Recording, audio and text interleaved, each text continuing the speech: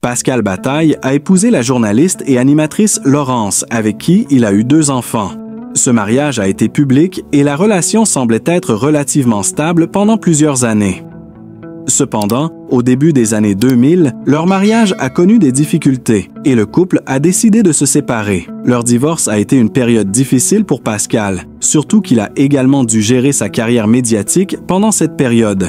Plus tard, Pascal Bataille a retrouvé l'amour et a épousé Isabelle, une autre femme de sa vie. Ce mariage a été plus discret et il semble que Pascal ait préféré garder sa vie privée à l'abri des projecteurs après sa séparation précédente. Isabelle et lui ont eu une vie de famille relativement paisible, bien qu'il ait aussi partagé des moments de douleur, notamment liés à la perte tragique de leur fils Samuel. Comme beaucoup de personnalités publiques, Pascal Bataille a traversé des épreuves difficiles sur le plan personnel, en particulier après le décès de son fils Samuel. Cette tragédie a bien sûr eu un impact sur sa vie familiale et a probablement affecté son mariage avec Isabelle. Il a été ouvert sur la manière dont la perte de son enfant a bouleversé ses priorités et sa perception des choses importantes dans la vie. Après des années de mariage avec Isabelle, Pascal Bataille a dû faire face à un nouveau divorce.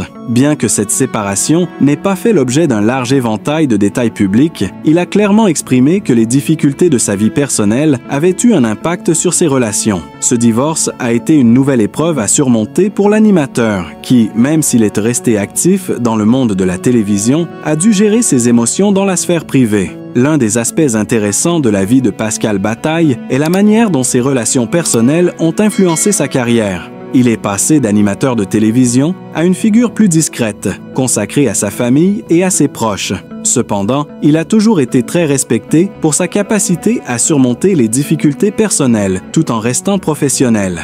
Il a su trouver un équilibre entre sa vie publique et sa vie privée, bien que des aspects de sa vie sentimentale aient parfois fait l'objet de spéculations.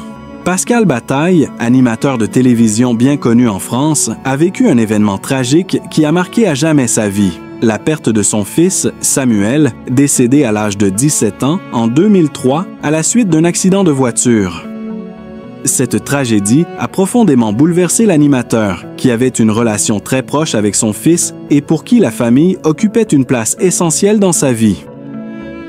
Samuel était un jeune homme plein de vie et sa disparition soudaine a plongé Pascal Bataille. Avant ce drame, Pascal Bataille jouissait d'une carrière florissante à la télévision, animant des émissions populaires qui faisaient de lui une figure du petit écran. Mais après la perte de son enfant, l'animateur a été confronté à un deuil incommensurable qui a changé sa perception de tout. La souffrance qu'il ressentait était d'autant plus vive qu'elle était exposée au grand public. En effet, en tant que personnalité médiatique, la tragédie de sa famille n'a pas échappé à la presse, ce qui a rendu cette épreuve encore plus difficile.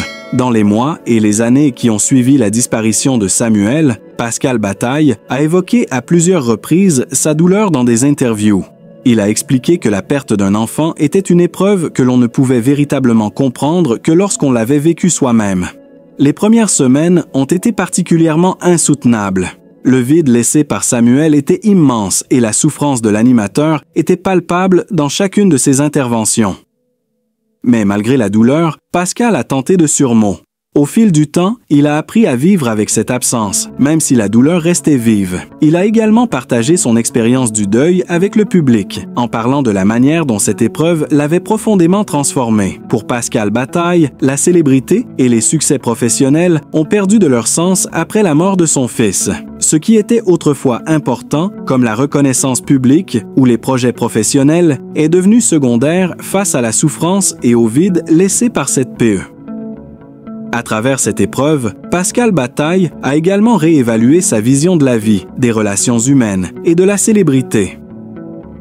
La perte de son fils lui a permis de prendre du recul et d'accorder une plus grande importance aux choses essentielles, comme les relations familiales, l'amour et la solidarité. Il a reconnu que le deuil est un long chemin, un combat quotidien pour retrouver un semblant de paix intérieure, tout en acceptant que certaines douleurs ne s'effaceront jamais complètement. Malgré cette tragédie, Pascal Bataille a continué sa vie professionnelle, mais il est devenu plus discret sur sa vie privée. La perte de Samuel a changé sa manie manière d'appréhender les relations avec les autres, lui offrant une perspective différente sur ce qui compte vraiment dans la vie. Il a souvent exprimé qu'il vivait désormais pour honorer la mémoire de son fils et pour partager sa propre expérience du deuil afin d'aider ceux qui traversent des épreuves similaires. La tragédie de la perte de son fils reste sans doute le moment le plus douloureux de la vie de Pascal Bataille. Une épreuve qu'il a traversée avec courage, même si la douleur reste omniprésente. Samuel, bien qu'absent, demeure une source de force pour son père, qui porte son souvenir avec lui chaque jour. Pascal Bataille est surtout connu pour sa carrière dans le domaine de la télévision. Il a commencé à animer des émissions dès la fin des années 1980 et il a rapidement gagné en notoriété. Il est l'un des co-animateurs de l'émission Bataille et Fontaine, aux côtés de son complice Laurent Fontaine. Cette émission de télévision était très populaire dans les années 90 et a attiré un large public. Ces émissions à succès ont sans doute contribué à son revenu, avec des cachets conséquents pour l'animation de programmes diffusés en prime time. Le salaire d'un animateur télé d'une émission en prime time peut varier considérablement, mais on peut imaginer que Pascal Bataille, en tant qu'animateur à succès, percevait un salaire confortable. Les animateurs de télévision de son calibre peuvent gagner plusieurs dizaines de milliers d'euros par mois en fonction de la durée et de la popularité de leurs émissions. Outre sa carrière à la télévision, Pascal Bataille a aussi exploré d'autres domaines. Il a participé à des projets liés à la radio et a fait des apparitions dans d'autres types de médias.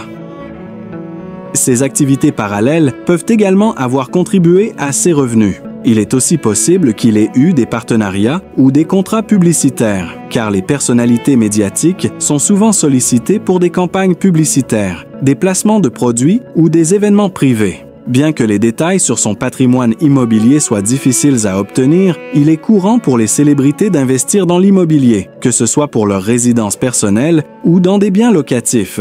À titre d'exemple, Pascal Bataille a pu investir dans des propriétés à Paris ou ailleurs en France, comme beaucoup d'autres personnalités publiques.